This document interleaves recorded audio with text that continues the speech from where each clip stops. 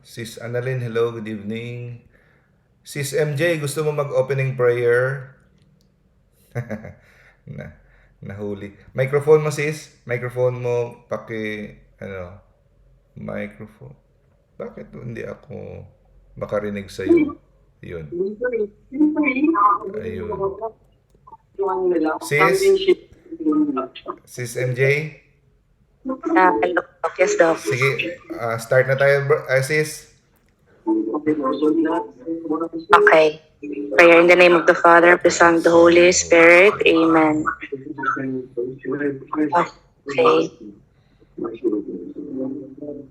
O Jesus, through the Immaculate Heart of Mary, I offer you our prayers, works, joys, and sufferings of this day in union with the holy sacrifice of the Mass throughout the world.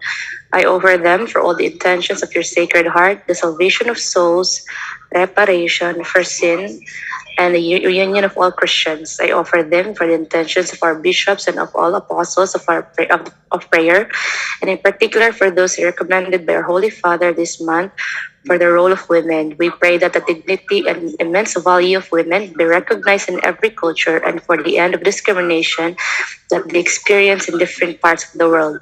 We pray for their grace to be able to see the ways in which the women around us play such important roles in our lives. May we be able to thank these women and serve them in acts of kindness and generosity as we pray for all those whose dignity is not upheld as it should be. In the name of the Father, of the Son, of the Holy Spirit. Amen. Thank you, Sis MJ, for the beautiful prayer. Thank you po. Okay. So, ibalik ko na, i-mute ko kayo lahat, ha? And then, okay. Share screen. Dali lang. Share screen. Yun. Kita ng kuan. And then,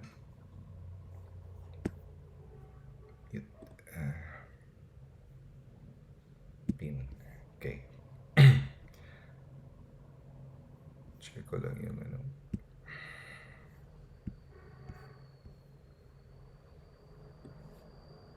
Uy, ay, ay, ay.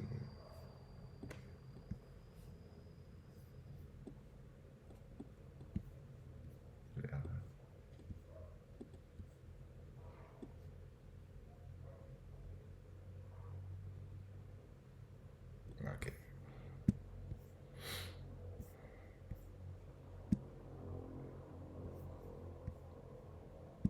Okay, good evening, brothers and sisters. Welcome sa ating lecture.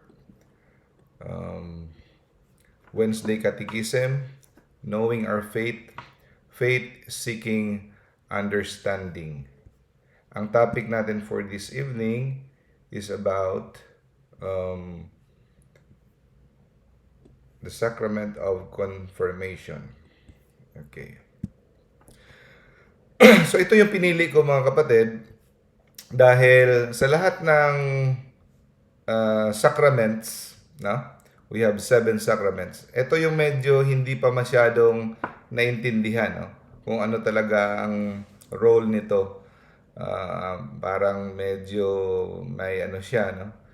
May parang overlap siya sa baptism, no? Okay.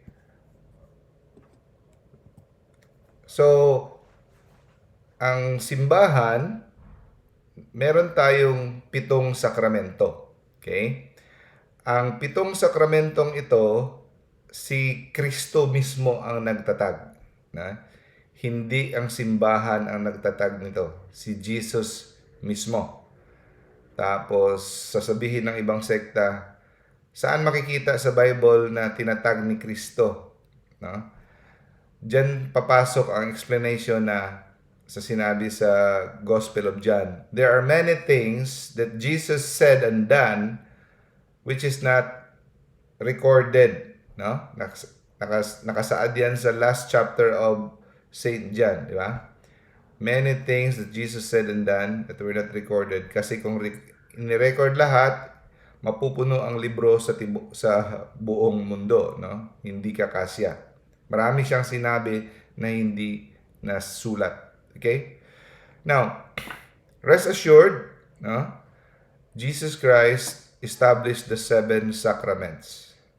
Ano itong mga sakramento, mga kapatid? Dito niya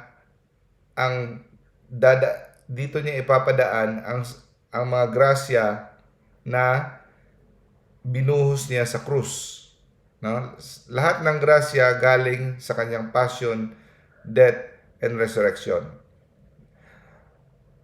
Aalis na siya.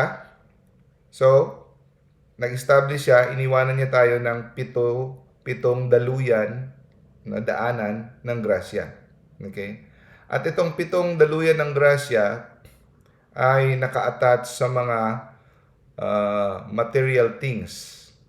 Kasi ang definition ng sakramento ay sacred sign. Nakikita ng mata, nafe-feel natin. Kasi, bakit kailangan makikita ng mata, nafe-feel, naririnig, nadarama?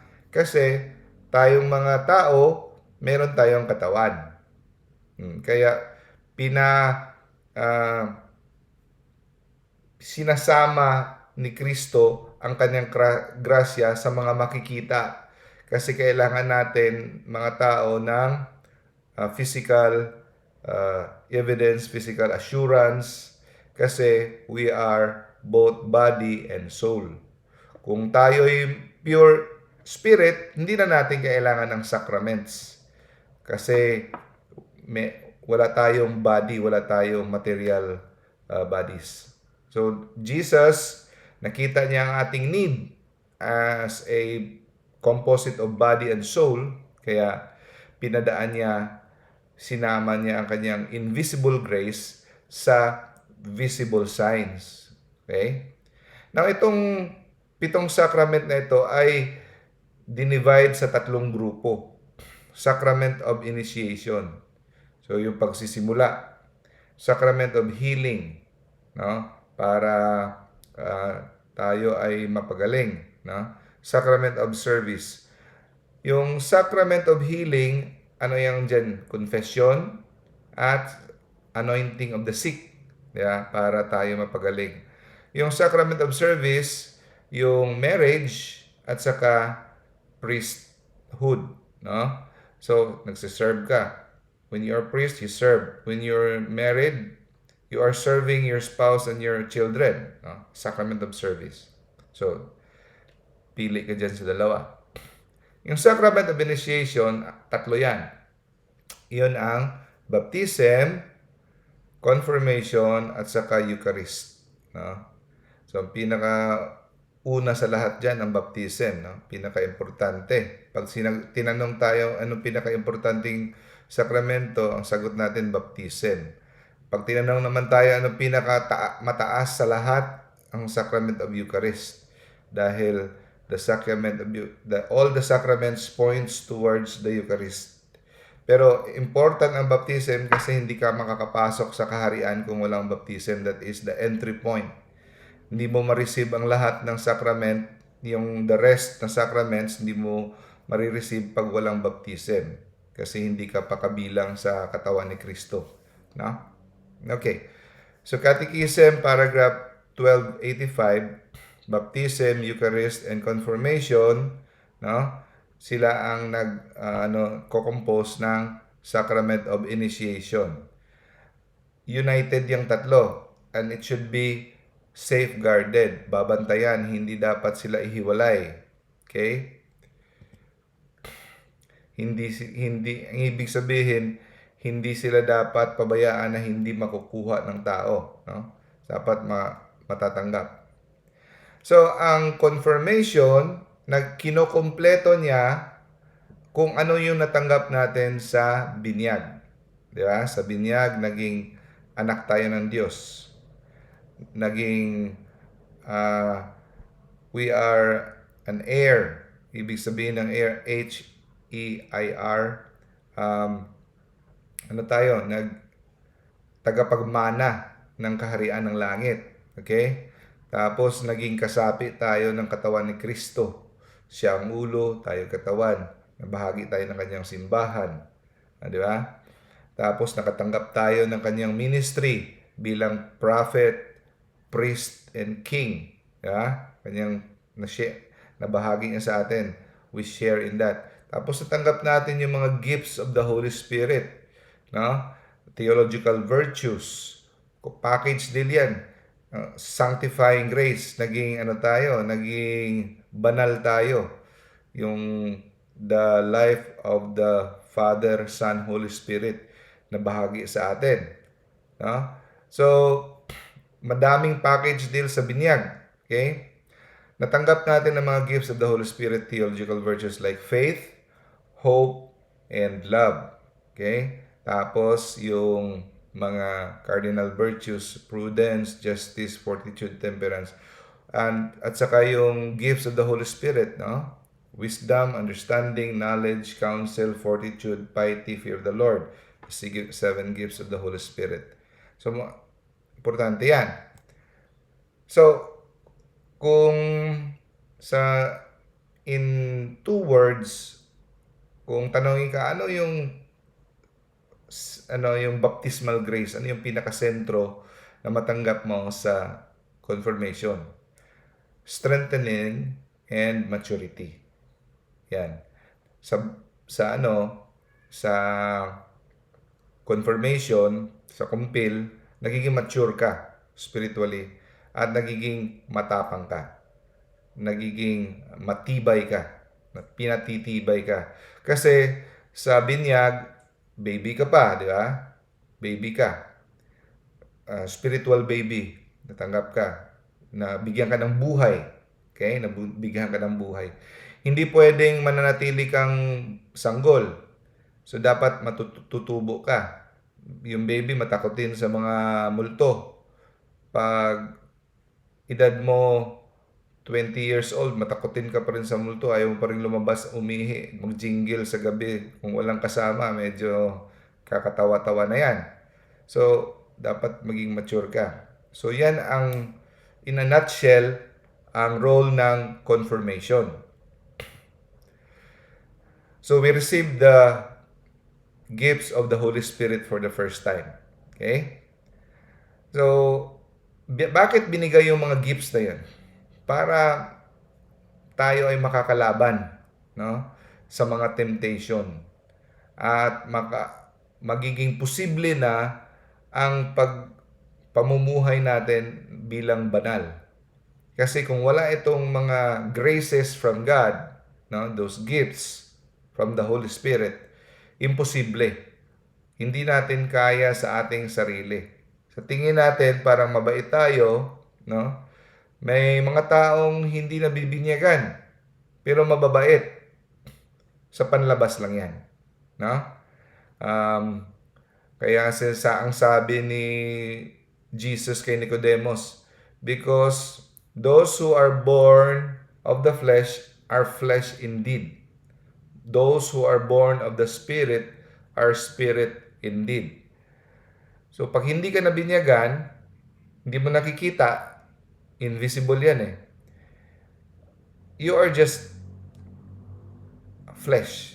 Laman ka lang, no? Natural being, para kang isang nilalang lang na dito sa lupa, natural being. Pero pag nabinyagan ka, nabalot ka ng sanctifying grace, nagiging supernatural being ka.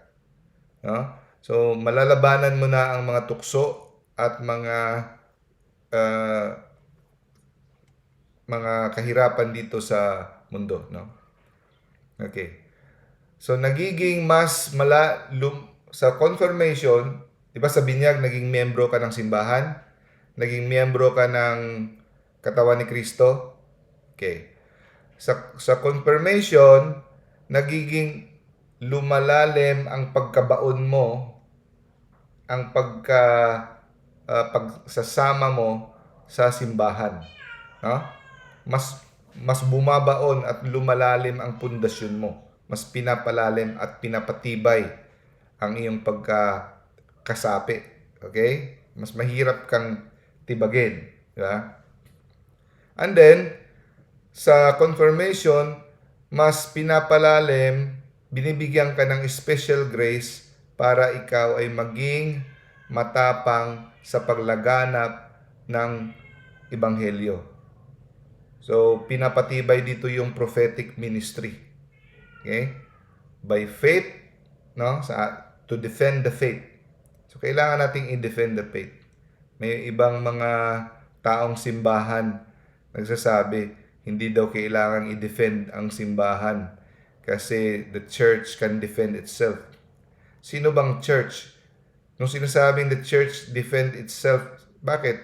Sino bang church? Tayo ang church. So, andito sa Catechism, Catholic Church, we are obliged to spread and defend the faith. Defend the faith. Catechism yan. Pero may mga taong simbahan na mga modernist yung sasabi, the church doesn't need defending because it can defend itself. Kaya wala namang, ang simbahan ay composed of tao. No? So, kailangan ng boses.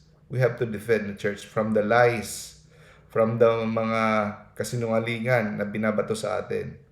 Sa ating salita at sa ating buhay. Hindi pwede salita lang. Yung buhay natin, taliwas naman. Diba? May mga ganon. Magaling sa Bible, magaling mag-defend, apologetics. Pero yung buhay, wala. Hindi nagsisimba. May mga live-in. No? May mga kulasisi, no? So, kailangan dalawa, word and deed. Catechism 1286, ang Holy Spirit nag-descend kay Jesus. It symbolizes na siya yung anointed, Messiah. Meaning ng Christ, ang meaning ng word na Christ is the anointed one. Pinili, the anointed. So, pag may anointing, merong oil. Merong oil, di ba? So, mga king, si David, nung inanoint siya, di ba? Na maging king. May oil talaga na binubuhos sa ulo. Okay. So, si Jesus, descended ang Holy Spirit kay Jesus. Meaning siya yung the anointed one, the Messiah, the Son of God. So, ang plano ng salvation ay hindi lang si Jesus ang makakatanggap ng Holy Spirit. Ito ay ibabahagi sa lahat ng tao, sa atin, sa lahat ng Messianic people. Okay? Nag-promise si Jesus ng outpouring of the Holy Spirit. Di ba? Sabi niya, nag-promise siya. Ito ay na-fulfill sa Pentecost. Di ba? Sabi niya, you shall receive power when the Holy Spirit come upon you. Yun yung instruction niya. Yung before siya lumipad pataas sa langit, di ba? Ascension. Sinabi niya, kabilin-bilin na niya, pumunta kayo sa Jerusalem. Tapos, maghintay kayo doon. Tapos, on the 10th day, di ba? Mag-descend ang Holy Spirit, yun ang Pentecost. Kaya, diyan nagsimula ang word na novena, Novem, 9. Nag-pray sila, waiting on the 10th day. Yun ang Pentecost. So, nung natanggap nila yung mga tongues of fire, yung mga apostles, they were filled with the Holy Spirit. And then, di ba, mga duwag pa sila dati. Nung natanggap na nila, kaagad si San Pedro tumayo at nag-preach. Tapos right there and then, 3,000 people were added on that day. Na-convert. So, kita mo, nag-preach siya. So, yung prophetic, naging matapang siya sa pag-proclaim. Dati, nagtatago-tago pa sila. Dito, lantaran na silang lumabas. Okay? So, that is the outpouring of the Holy Spirit. It is a sign of the Messianic age. So, sino yung kabilang tayo sa Messianic age, Messiah, Jesus, the anointed. So, the anointed tayo kasi nakatanggap tayo ng outpouring ng Holy Spirit. Okay? So, ang kay Moises, yung tawag na Mosaic age. Tayo, Messianic age. Okay? Okay. Catechism 1288. Nung natanggap nila ang Holy Spirit ng mga apostles, sila din nag-lay hands naglay hands sila para matanggap ang gifts of the Holy Spirit. So, yan ang tatawag na confirmation, the laying of hands. Kinokompleto ang grace of baptism. Okay? So, hindi ibig sabihin mga kapatid na sa confirmation, dun mo palang natanggap ang mga gifts of the Holy Spirit. Natanggap mo na sa binyag.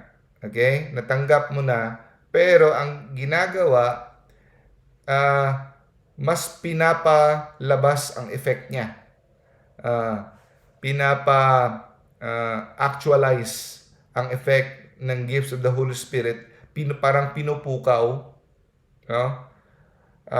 Na ma-accentuate yung gift of the Holy Spirit na andyan sa iyo na who is lying dormant, no? Mas pinapalago. Okay? Natanggap ko na. Hindi mo natanggap lang yan sa confirmation, kundi sa baptism andyan na yan, nakadeposito na. Pero parang immature pa. Pero pinapalago ng sacrament of confirmation. Okay? So, imposition of hands or the laying of hands. Kaya mga kapatid, dapat maklarify natin, yung laying of hands, imposition of hands, is reserved for the ordained ministers. Ordained ministers lang. Priests, consecrated, deacon. Tayong mga lay, hindi tayo pwedeng mag-lay hands. Pwede tayong mag-lay hands sa ating mga children, kasi meron tayong spiritual authority. Kaya nga sa deliverance and exorcism ministry, nire-remind kami na dapat ang lay, pwede kang mag-pray over, you can pray over your brethren, pero pinagbabawalan tayo, dinidiscourage na mag-lay hands because that is reserved for the ordained minister. No? So, marami tayong napapansin ng mga charismatic communities laying hands. It is, the imposition of the hands is reserved for the ordained ministers. Kaya lang hindi na masyadong na-enforce, nahiyaan na lang minsan, no? Pero hindi siya dapat. Lalo na sa deliverance and exorcism, pag mang tao nag-lay hands sa iyo, may mortal sin, pwedeng, and then meron siyang ginagawang mga sins, and then may nakakapit sa kanya mga demons, pwedeng lilipat sa iyo.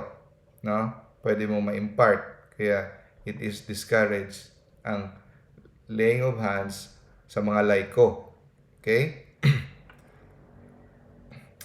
So, yan ang origin ng confirmation, in the laying of hands na mababasa natin sa Bible, na ang mga apostles nag-lay hands sila para ma-receive ang gifts of the Holy Spirit.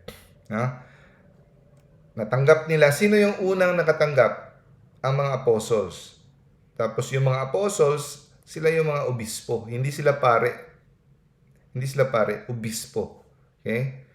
Tapos, so, nararapat na sila ang magpapalaganap nito at mag-spread dahil sila ang unang nakatanggap.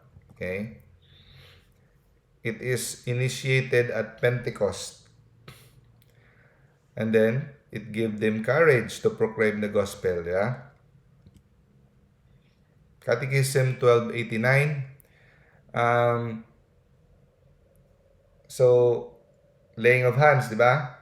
Pero para mas ma-visualize natin ang effect ng Holy Spirit, dinagdagan ng simbahan ng anointing gamit ang chrism, sacred chrism. Ano yung sacred chrism, mga kapatid? Ano yan? Olive oil na binless ng obispo. Tapos nilagyan ng perfume. Hindi yan perfume ng mga Victoria's Secret. Ano ba yan? No? Chrism na special balsamic something na sa Middle East na mabango. Okay? Bakit mabango? Para it symbolizes the aroma of Christ. It symbolizes the sweet scent of sanctity, the aroma of Christ. Okay?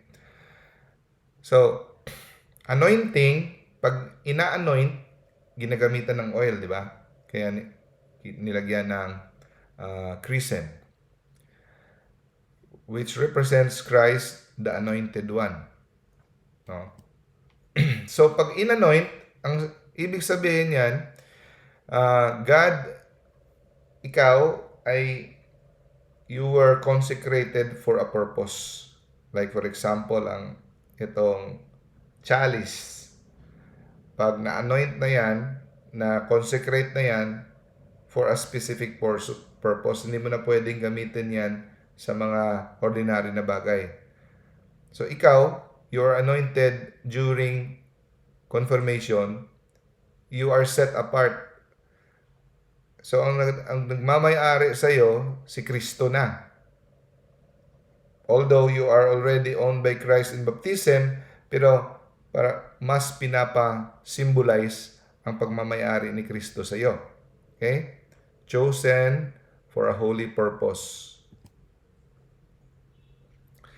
Sa Eastern Rite, tayo na bilong tayo sa Latin Rite or Western, no? Yung Roman Rite.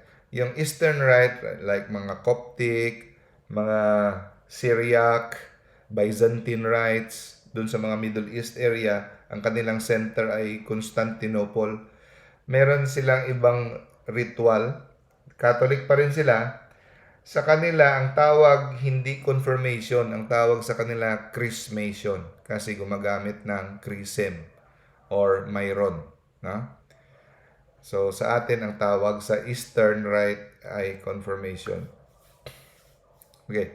Sa atin, sa Roman Rite, Western or Latin Rite, separate ang confirmation at saka baptism. Pero nung unang panahon, magkasabay. Pag bininyagan, pagkatapos nun, kinukumpil. Okay, bakit? Kasi, kung isipin nyo, ang mga binibinyagan nung unang panahon sa early Christians, mga adult. Kasi bago pa lang di ba? So, wala pang mga baby. Kasi bago pa. So, mga adult pa ang mga kinukumpirmahan.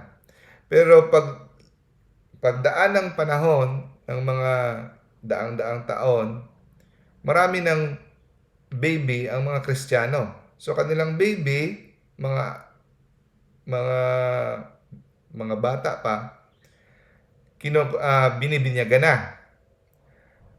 Kaya lang, ang problema, kulang ang mga obispo na magkukumpirma kasi ang pwedeng magkumpirma ang obispo. Siya ang minister ng kumpirma. So kulang ang obispo, kaya ini-schedule na magkakasabay-sabay ang magkumpirma kung kailan may schedule na darating ang obispo. Kaya sineperate, no? Pinaghiniwalay. So una ang binyag, pagkatapos pag medyo may tamang edad na meron na siyang age, he reached the age of reason, kukumpirmahan na siya. Okay? Pero sa East, hanggang ngayon, sabay pa rin. Kahit baby, pagkatapos, kinukumpil na. Binigyan sila ng pahintulot. Okay? Pero ang gagamitin nila na chrism ay mayron or sacred chrism na kinoconsecrated ng bishop. No, bishop ang magko-consecrate ng gagamitin nilang oil. Yung sacred chrism at mayron, isa lang yan. Parehas lang yan. Other name lang niya. Okay? Okay. So, ang confirmation also, nagbibigay sa atin ng silyo. Sinisilyuhan tayo na may nakatatak siya sa ating kaluluwa. Forever. Forever siyang nakatatak. So, bakit oil ang ginagamit? Ang oil kasi Nagsisimbolize siya ng joy, sign of abundance. Sa mga athlete, ginagamit sa unang panahon para magiging malakas sila, no? Sa mga athlete. So pag 'di ba ginagamit ang confirmation para tayo magiging malakas, maging matapang. So yun. Also, symbolize healing, soothing, at saka radiant beauty. Nilalagay sa buhok ang olive oil. Nagiging mas magiging maganda ang buhok o ang balat, di ba? So radiant. Yan ang mga gamit ng oil. Ginagamit din ng oil sa pag-consecrate ng priests, consecrate ng king. Ginagamit din siya sa pag-consecrate ng mga shields to defend the people, mga shield na ginagamit ng mga sundalo. Okay? Pag-confirm ng bishop or ordination, no? Sa pag-anoint ng altar. So maraming gamit ang oil. Okay. So, napansin nyo sa Christmas, ang Christmas mga kapatid, dyan kinoconsecrate, ginabless ng bishop ang tatlong oil ng simbahan. Meron tayong tatlong oil. Okay? Meron tayong chrism oil, sacred chrism, oil of the catechumens, and oil of the sick. Ang oil of the sick, ginagamit siya sa anointing of the sick. Okay, pero hindi lang itong oil na misinterpret. Meron tinatawag na exorcised oil na ginagamit sa spiritual warfare. Hindi kailangan bishop ang mag-anoint niyan. Pwedeng pare, no? Pare. Iba yan. Kasi yung iba, nami-misinterpret nila bakit daw gumagamit tayo ng oil, bishop lang. No, hindi kailangan bishop ang maggawa ng exorcised oil. No? Iba tong tatlo na to. So, ang Christmas, usually dapat Holy Thursday. Pero nililipat ng Tuesday kasi ang mga pare kailangang magtipon-tipon sa Christmas. Hindi makapagawa ng Monday Last Supper Mass ang mga pare kung magtitipon-tipon sa isang lugar.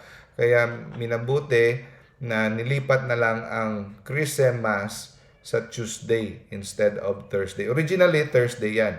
Okay? So, dyan. So, ibibless ang oil na gagamitin sa susunod na taon. Okay?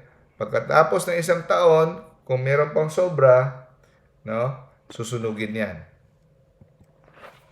Okay. So, ang isa, oil of the catechumens, ginagamit yan sa mga before yung mga candidate for baptism, yung mga malalaking tao na uma-undergo sila ng catechumenate or rites of Christian initiation of adults. Usually, mga 1 year na training yan, catechism. So, before sila binyagan, binibigyan sila ina-anoint sila ng oil of catechumen. So, ini-strengthen sila na mamalagi, na hindi titigil. No? So, kaya, example nito, pag ang catechumens hindi pa nabibinyagan, under training pa, pinatay or namatay, and then they are in the state of sanctifying grace, they are considered na baptism of desire. Para na rin silang nabinyagan. To be anointed by God is to be filled with all the fullness of God so that you can faithfully do His work in this world. Yun din ang isang meaning ng anointing para ma-perform mo ang kanyang work. Next is the oil of the sick. Ito'y ginagamit sa anointing, sacrament of anointing of the sick. Yan. So, dyan binibless sa Christian Mass during Holy Tuesday sa atin. Ang sacred chrism, ito yung oil na mabango. May fragrance ito. Ginagamit ito sa consecration, ordination, and confirmation. No? At sa binyag din, nilalagay din yan. Okay. The aroma of Christ. It signifies the scent of sanctity. Okay? Catechism 1295, no? By this anointing, the confirmed receives the mark, the seal of the Holy Spirit. So, pinagmamay-ari siya. Kagaya ng mga sundalo, yeah? May mga seal. Ang mga Roman soldiers, sinisilyuhan yan. Like mga slaves, may silyo yan. So, we are the slaves of Christ. Although we are called friends, hindi na tayo tinatawag na slave, pero still, Christ is our friend, our master, our Lord, no? Our Redeemer. So, Christ, pinagmamay-ari tayo ni Christ. Kahit nga si Jesus he declared na natanggap niya ang silyo ng kanyang ama. Okay? So tayong mga Christians, no, are also marked with a seal. So Christians meaning Christ, the anointed, no?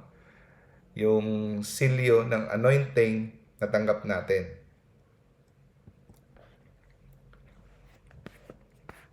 Second Corinthians chapter 1 verse 21 to 22. So mabasa natin dito, Christ who has anointed us, who has also put His seal on us and given us His Spirit.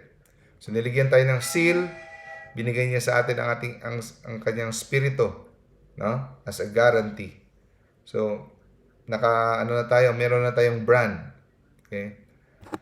So anong ginagawa sa confirmation? Catechism 1298, nire-renew natin ang ating baptismal promise. So yung mga confirmants, yung mga tatanggap sa confirmation, nire-renew nila ang baptismal promise. Okay? So kailangan magsalita ang confirmant, no? Sasabihin niya kung ano, uulitin niya kung ano yung kanyang sinumpaan sa binyag. So, ibig sabihin, kino-confirm mo. Yan din ang word, galing ang word na confirmation kasi i-confirm mo. O, di ba? Ang ibang mga sekta, hindi daw pwedeng binyagan ang mga bata dahil wala namang malay. Walang faith. Sa Katoliko, bibinyagan, no, ang mga bata dahil ang faith na ginagamit diyan ay faith ng parents at ng mga godfathers at godmothers. No? Pwede bang gamitin ang kanilang faith? Nakakaligtas ba ang faith ng parents? Yes. Di ba sa Bible, malapit nang mamatay yung bata, pumunta yung parent kay Jesus, pagalingin mo ang aking anak. Ang anak niya andun sa bahay. Umuwi ka na, ang anak mo ay magaling na. Di ba faith ng parents yon? Kasi wala nang parang comatose na siguro yung So, tayo, merong spiritual authority ang parents, kaya pwede nilang ipabinyag ang kanilang anak. No? Tapos, ang sinabi pa sa Bible, do not deny the children to come to me because the kingdom of God belongs to them.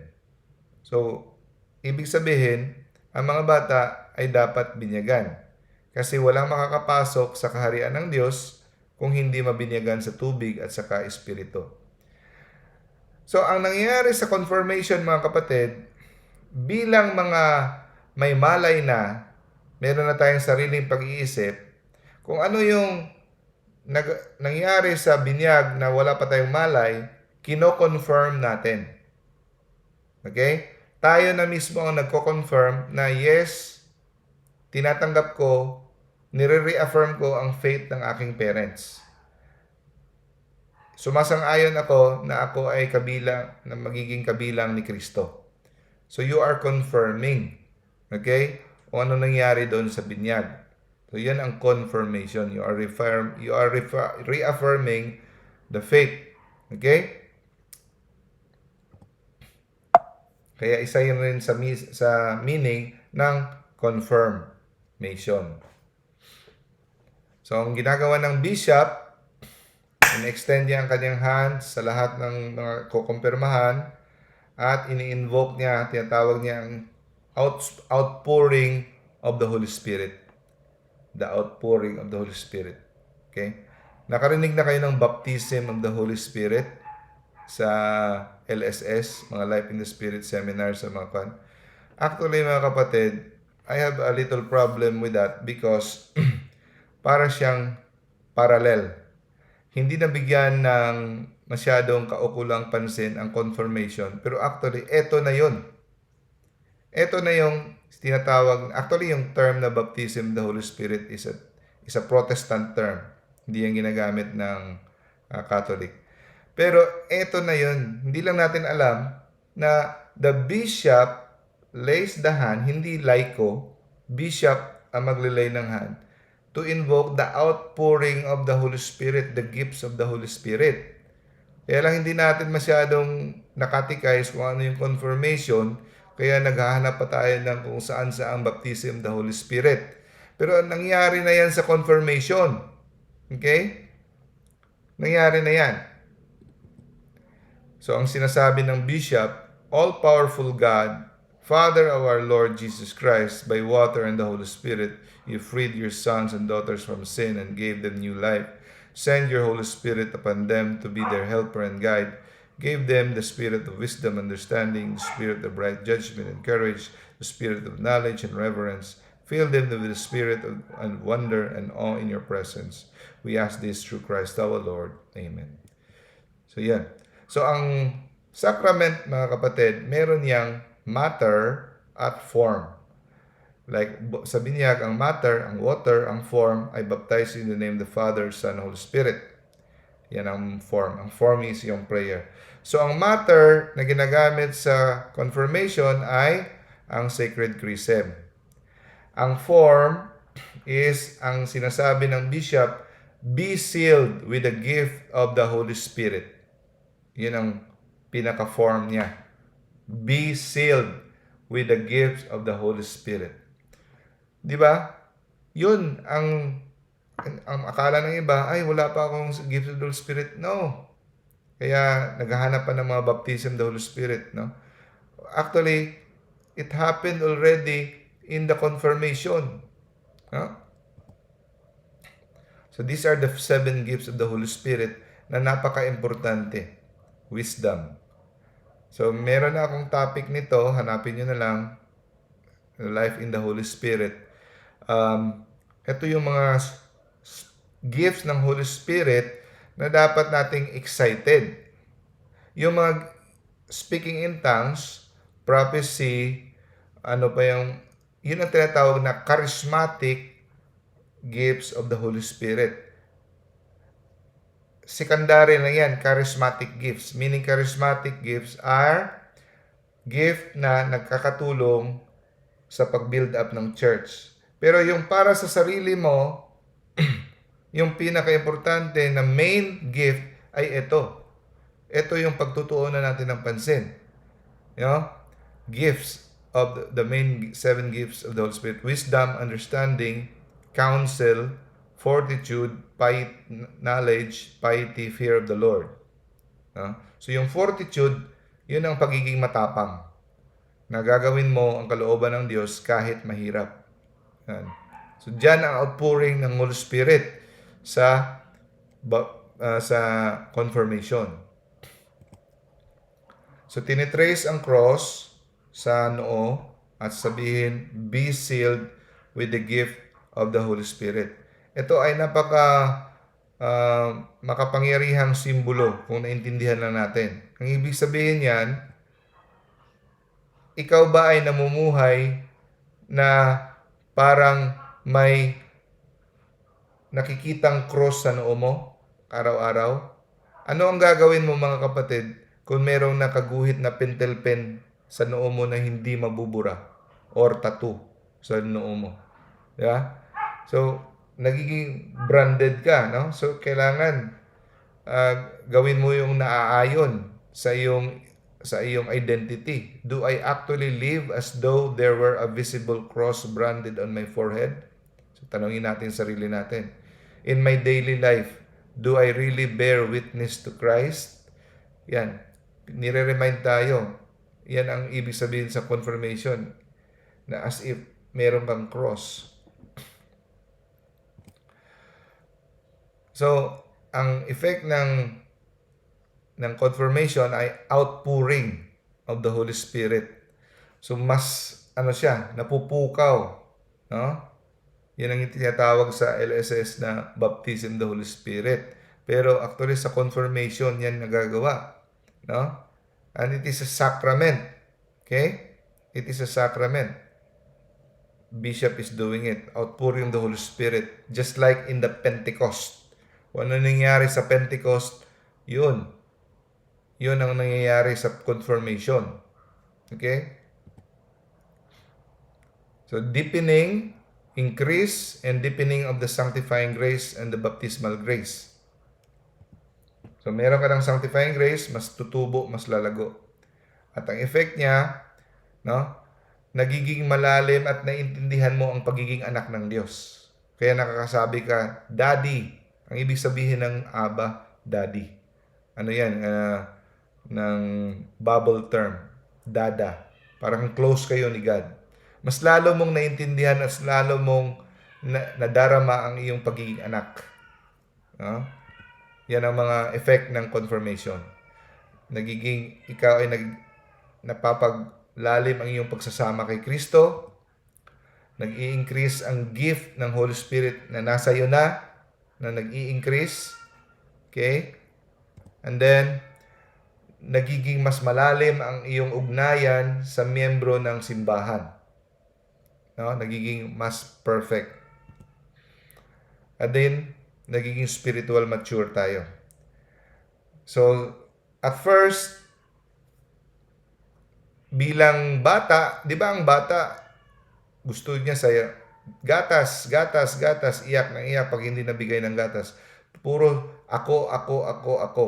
Ang center of the universe sa mga bata, ang sarili nila. Diba? Feed me, give me, hug, lahat, candy, lahat. Okay. Ganun din tayo pag hindi pa tayo mature. Yung salvation lang natin, yung holiness lang natin, ang inaatupag natin kung paano tayo makakapunta sa langit, paano tayo magiging holy, yun lang. Pero pag nakonfirmahan tayo, when we are confirmed, we become mature. Hindi lang yung faith natin ang inaatupag natin, kundi we become more concerned to the salvation of others. Yung needs ng iba. So, hindi pwedeng Christian ka, yung sariling salvation mo lang ang aatupagin mo. Kailangan mong maging concern sa salvation ng iba. No? At dahan-dahan, pag na-mature ka, nakikita mo na yung lugar mo sa family picture. Na ikaw ay may role. Ano yung tahas mo, no? Kung ano yung role mo na gagampanan sa community. Yeah? So it is a spiritual growing up, not just concerned sa iyong own salvation, but the salvation of others. No? So nagiging restless ka, hindi ka mapakali kung wala kang nagagawa para sa kingdom of God. No? Hindi lang siya sa spiritual matters ng iba, kundi may gagawin ka para maibsan ang paghihirap ng iyong kapwa. Makakatulong ka materially, no? To ease the burdens of this life sa ating kapwa. At para masigurado ang kanilang kaligtasan. Yeah? Kasi, hindi po pwede mag-preach ka lang ng preach tapos kumukulo ang sikmura ng iyong kapwa. Hindi tatanggapin ang gospel ni God pag hindi ka naman nakakatulong sa kanilang sikmura. Kaya nga, tulungan mo sila para mas lalong yung mga taong naghihirap, no? Minsan, resistant sila kasi sabihin nila, totoo ba ang Diyos? Wala namang tumutulong sa amin. Kaya hindi nila na-feel na totoo ang Diyos. Kaya mafe-feel nila na totoo ang Diyos sa pamamagitan sa atin, no? Kaya nga, itong mundo na to mga kapatid, this is a hurting world. Sana, bilang Kristiyano, pag dumating sila sa iyong departamento, ipadama mo sa kanila ang parang kagaya ni Kristo, masasabi mo na, "Come to me, all you who are burdened and heavy laden, and I will give you rest." Para ka rin si Kristo. For example, ako bilang doktor, sa labas, naka-experience sila ng mga pagsusungit ng mga tricycle driver, jeep, opisina, kung saan-saan. Tapos ikaw bilang Kristiyano, ako doktor, pagpasok ng pasyente, I will try my best na madama nila na ang kanilang burden, I will give them rest. Ma-feel nila the presence of Christ. Dapat yun ang role natin bilang Kristiyano. Hindi lang tayo na kumpleto natin yung mga rosary natin, umiiwas tayo sa mga kasalanan, moral tayo. Ipapadama natin ang kingdom of God. Kasi pagod yung mga tao niyan sa mga supladong tao sa palibot. So, we have to be a second Christ to them. Confirmation, nakakatulong sa atin para malabanan natin yung ating concupiscence. Yeah? Ang concupiscence, yung ating attraction sa kasalanan. Kahit nabinyagan na tayo, meron na tayong sanctifying grace, meron pa rin tayong attraction sa kasalanan dahil yan sa effect ng original sin. So yan ang ginagawa ng confirmation, matutulungan tayo para to achieve victory over evil. To spread the faith, no? To confess, hindi tayo mahihiya.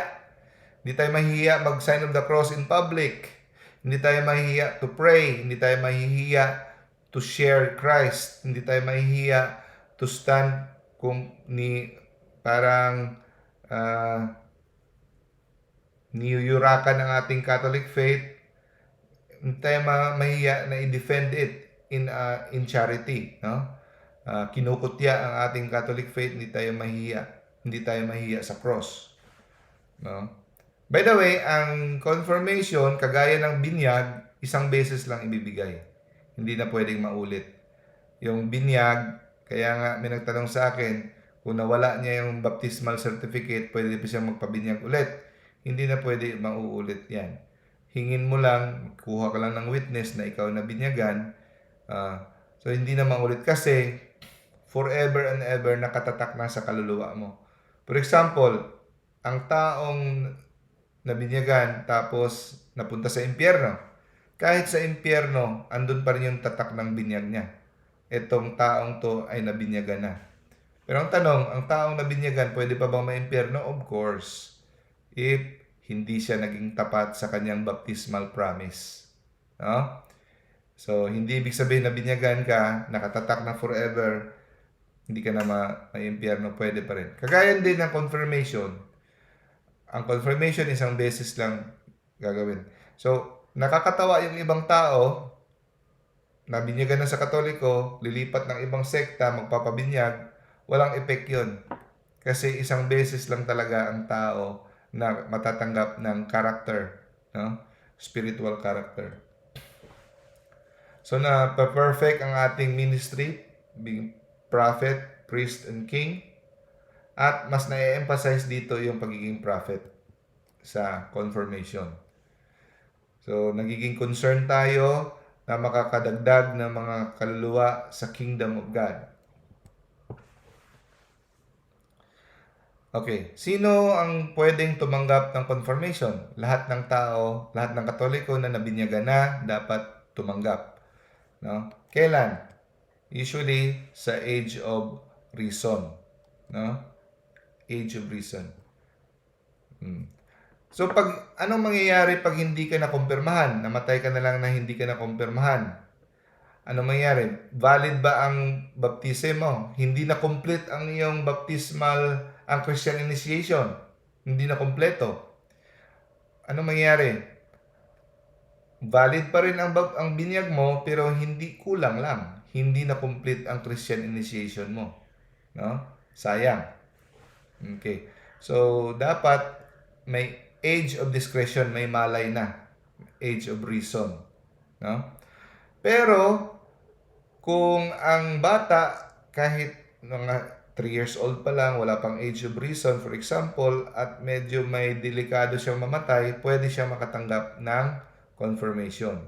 At hindi kailangang obispo ang magbibigay kung at danger of death. Pwedeng pari lang. Okay? About age of reason, hindi ibig sabihin dahil hindi pa siya 12 years old, hindi pa siya 15 years old, hindi siya makakatanggap. Ang age of reason, hindi nagde-depend sa age. Minsan, may mga bata na may malay na. No? So, this is just for pastoral concern sa pag-decide kung anong age ang decision. Yung decision sa age of reason, magdepende na yan sa kada diocese. Okay? Ang sabi dito sa Catechism, may mga bata na maliliit pa who already fight their faith, even shedding their blood. No? So, anong preparation para sa confirmation? Dapat catechism.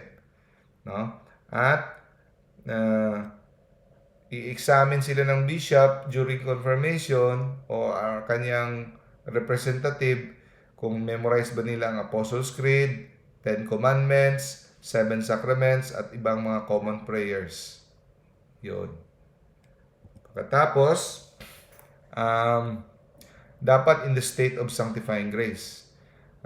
Dapat nakakonfess, no? Para masigurado na sila ay in the state of sanctifying grace, walang mortal sin. Halimbawa, nagpa-confirm tapos may mortal sin. Valid ba ang confirmation? Yes, valid pa rin. Kasi ex opera operato ng the virtue of its own power. Kaya lang hindi lang makakaepekto ng mabisa ang baptisma, ang sacramental grace dahil may nakahadlang na mortal sin. Pero kung matanggal na yung mortal sin sa confession, makakaepekto na. So valid pa rin kahit may mortal sin nagpa-confirm. Kaya lang madadagdagan ang yung mortal sin pag nagpa-confirm ka na may mortal sin ka. Sacrilegious 'yun, di ba? Now, dapat may sponsor, kahit isa lang pwede. At ideally, kung sino yung sponsor mo, yung ninang or ninong mo sa binyag, mas maganda siya ang kukunin mo para may follow-up. Kilala ka niya, makakabigay siya ng advice. No? At saka dapat not less than 16 years old ang sponsor sa confirm. Okay? So, bishop dapat ang ang minister ng confirmation. Bakit bishop? Okay, bakit hindi pare? Andiyan din sa Bible. Ito. Kasi ang bishops ay ang successors ng mga apostles, no? And then sila ang nakatanggap ng fullness of the sacrament of holy orders. Yung mga pare, natanggap nila yung sacrament of holy orders pero hindi full. Yung fullness talaga ay nasa mga bishop. Okay. Na kung napansin nyo sa Acts chapter 8 verse 14 to 17, nakarinig ang mga apostles na sa Samaria may bininyagan. Kaya pinadala nila si Apostle Peter at saka si Apostle John para mag-pray over sa kanila para matanggap nila ang Holy Spirit. For it had not yet fallen on any of them, but they had only been baptized in the name of Jesus. So they laid their hands on them and they received the Holy Spirit. So dito, they laid their hands. Dito nagsimula ang term na confirmation. Laying of the hands. So dito na verse. No? Sa Acts chapter 8. They laid their hands. So, ibig sabihin, may nagbinyag sa kanila. Pero yung nagbinyag sa kanila, walang kakayahan na mag-lay hands para matanggap ang Holy Spirit. Ibig sabihin, hindi yun obispo. Kaya, ang layo-layo ng Jerusalem papunta sa Samaria, pinatravel pa talaga si Peter at saka si John. Ang layo-layo nun. So, bakit mo papapagurin kung pwede naman silang magbigay ng mag-lay ng hands, mag-confirm? Kaya pinapunta dahil walang kakayahan ang nagbinyag doon kasi hindi siya obispo. Kaya si Peter, John, sila ay mga apostles, mga bishop, kaya nag-travel talaga sila. Dito natin makikita na kailangan obispo talaga. Bakit? Kasi sila yung unang nakatanggap sa Holy Spirit sa Pentecost. No? Okay. Now, it is a pledge of loyalty to Christ. Ibig sabihin, pag nakumpirmahan ka, no, handa tayong magdusa kahit ano. Hindi lang natin pagtataksilan si Kristo. Yan ang ibig sabihin ng confirmation. We pledge our loyalty to Christ. No? So, ang tanong, makakapunta ka ba sa langit ng walang kumpil? Ang sagot, pwede. Ang hindi makakapunta sa langit yung walang binyag. Pero walang kumpil, pwede. Pero mahirap. Bakit mahirap? Kasi madali lang tayong mawalay, madala sa unos ng buhay kung walang kumpil. Kasi yung kumpil nagpapatibay sa atin. So, parang tinatanggahan mo yung napaka-importanteng sakramento na nagpapatibay sa atin. Di ba? We can go to heaven, but the going will be much rougher. It will be easy to lose our way without confirmation. Kaya ang mga parents na naging pabaya at hindi nabigyan ng confirmation or kumpil ang kanilang anak ay magkakasala ng serious sin of neglect. So, responsibility natin parents na ma-confirm ang ating mga anak. Nakita ni Jesus kasi ang danger na expose yung ating pananampalataya. Expose from within, sa ating sarili, from without, the world, so sa mga passions natin, sa ating mga concupiscence, sa world, sa mga atheist na mga professors, sa ating mga barkada, kukutsain yung mahihiya tayo from the devil. Kaya importante talaga ang tools na nagpapalakas sa atin at nagpapatibay. Okay. So, napansin nyo yung, ewan ko ba kung nagsasampal pa ang mga bishop. Yung ibang mga bishop malakas talaga. Yung iban, ganun lang. Ang sinasabi ng bishop pag tinatouch yung chick, yung iba sampal, yung iba, nilalakasan talaga nila. May meaning yan. No? Sinasabi ng bishop during sa pag gentle slap ay, peace be with you. Bakit peace be with you? Sinasampal na nga, tapos peace be with you. Natandaan niyo yung sinabi ni Jesus, peace be with you. My peace I give you. Not the peace that the world gives.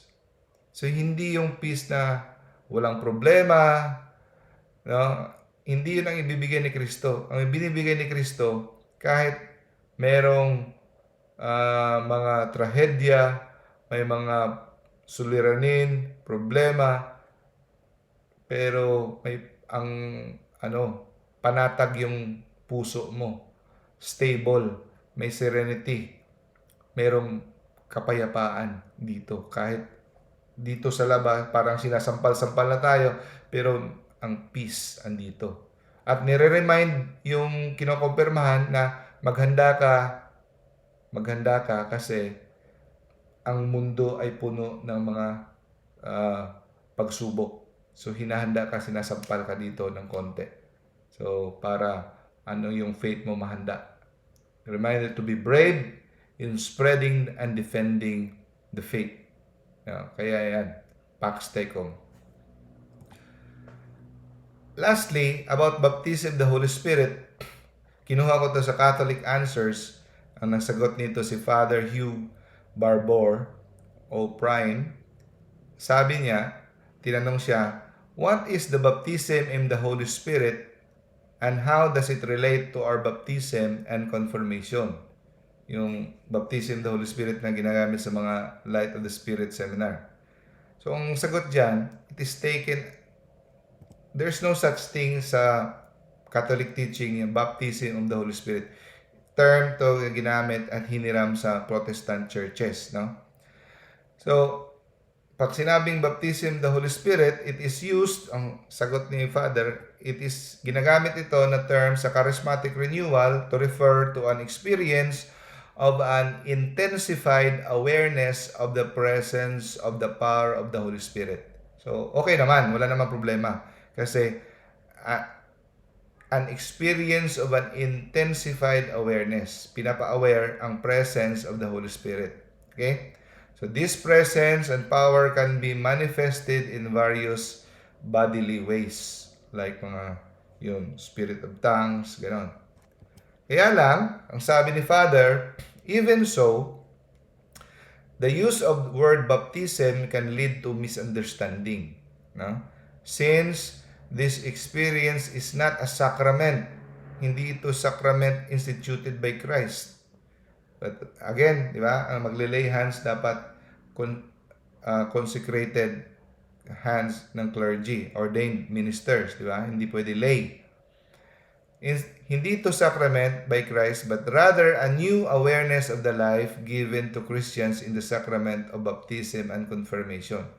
So kung mag-baptism the Holy Spirit man kayo, dapat ipapaunawa na pinapa-remind lang tayo kung saan natanggap natin sa baptism at confirmation. Hindi siya dapat parang kompetensya, no?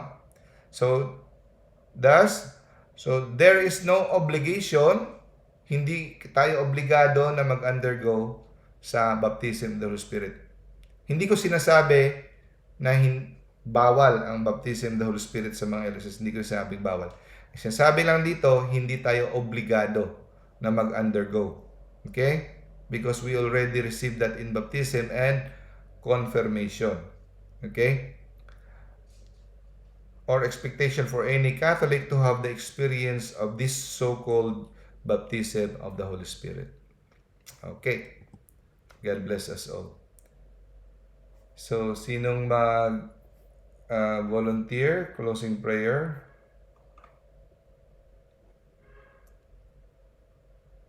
Brother Coniberto? Hello?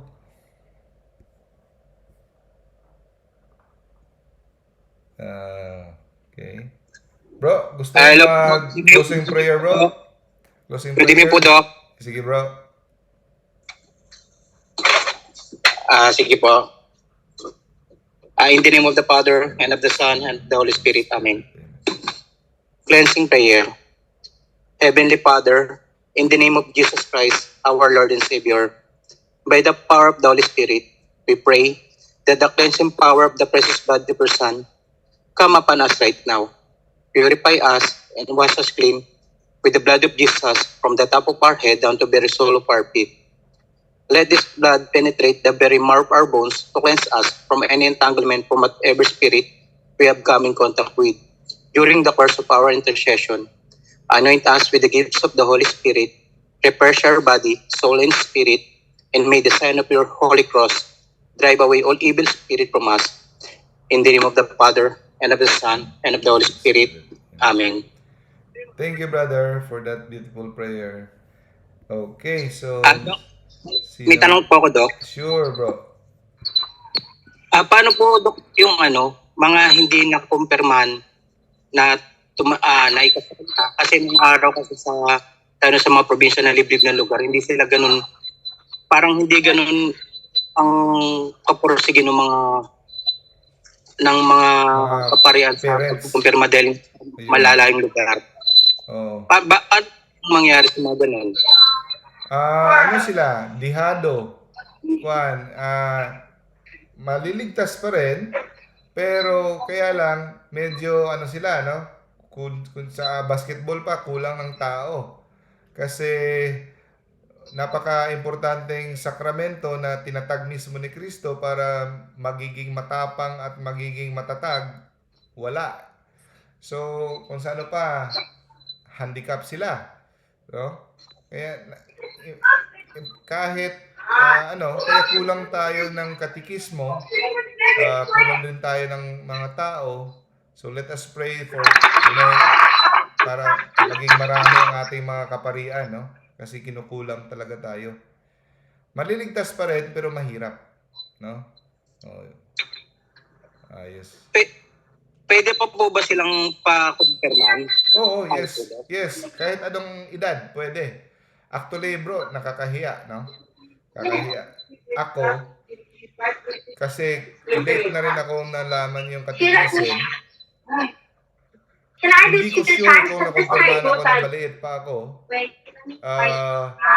Nagpakumpirma ako before kasal ko. 30 plus na ang edad ko, napakumpirma. Kakahiya nga di ba? Kaya nga sinabi ko sa mga testimony ko dati, di ba? Late na ako naintindihan yung catechism. Kaya bumabawi tayo na pinapalaganap ang catechism. Kasi ang laki ng pinsala. Kahit anong edad, pag hindi mo alam na ikaw ay nakumpirmahan, importante talaga. Laki talaga ng tulong. At nakita ko rin ang effect sa akin, no? Nung nakumpirmahan ako. Yun. Maraming salamat po, Dok, kasi may 2 taong nagtanong sa akin tungkol sa hindi sila nakumpirman, matanda na. Ngayon, hindi ko po masagot ng tama. Salamat po, Dok. Mo sila, tulungan mo sila, bro, makapakonfirm. Okay. So, salamat. Hello po. Yes. Hello po, Dok. Yes, sis. Pwede magtanong? Sure. Sis Evelyn, Ay. yes. Yung yung about po dun sa, kasi mayroong dumadaan sa wall ko na yung si Bishop Marie Emmanuel. Ano po yung bishop po, dumadaan sa wall ko yung mga video niya is parang Catholic din siya, si Bishop Marie Emmanuel. Oo. Parang ano po siya, Catholic Orthodox. Sa katulad po nating Roman Catholic, okay lang po ba na makinig sa mga lecture niya, ganon? Or hindi po? Oo, okay lang. Basta as long as ang kanyang sinasabi ay hindi salungat sa teaching natin, magkaka-inspire sa ating faith sa ating Catholic faith, okay lang. Pero once medyo may sinasabi na siya na salungat sa ating magisterium, hindi na natin tatanggapin. So, okay lang. Okay po. Parating dumadaan, pinapakinggan ko, napaka-inspiring at napaka-strong ng faith, napakaganda ng mga sinasabi niya actually. Pero once pa sinasabi pero meron po, medyo mag-ingat lang. Opo. Thank you. Kasi meron akong isang video niya na napakinggan ko po na medyo parang wala sa atin, ganun. Okay. Kaya nagtanong po ako sa inyo. Okay. Sige po. Thank you. Thank you, sis. Thank you, Doc. Thank you So, po. salamat sa mga nag-attend ngayon. Extra points kayo sa mga nagtiyaga dito sa Zoom. So, hindi ko na-greet kanina. Si Sis Joanne, hindi ko yata na-greet. Sis JB, yun. Brother Carl, yun. Sis Dalia, at Sis Annalyn. Okay. Hello. At sa mga nanonood ngayon sa Facebook, hello and good evening. Thank you for attending. See you next week. God bless you all. Hello. Bye. Hello.